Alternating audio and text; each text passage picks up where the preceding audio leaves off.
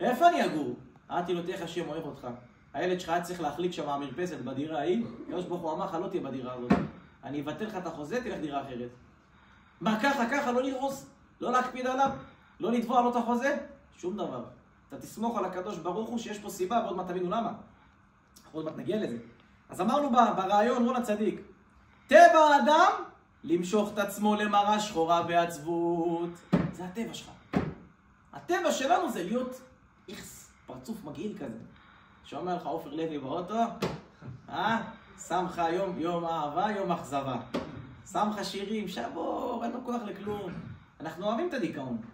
תדעו לכם, אנשים מאוד אוהבים את ההרגשה הזאת שלא הולך לי, לא מסתדר לי, מה אני זה, אלא ככה מדליק לו את הסיגריה. וזה אנשים לא מבינים אפילו כמה קלקול. אתם יודעים, כתוב מצווה גוררת מצווה, עבירה גוררת עבירה. אומר רבי נחמן מכאן שהנחה גוררת הנחה. אדם שנאנח, תדע לך, עוד 5 דקות יבוא לך עוד אחד כזה. למה? ככה טבע העולם. כשאתה משדר פסימיות קופצת עליך בחזרה. כשאתה משדר אופטימיות תהיה חייבת לבוא עליך. ואחרי כותב רבי נחמן, וכותב בכל אדם מלא איסורים. כל האדם יש לו איסורים, כולנו עוברים דברים בחיים. ולכן צריך האדם להכריח את עצמו בכוח גדול, להיות בשמחה תמיד, ולשמח את עצמו בכל אשר יוכל.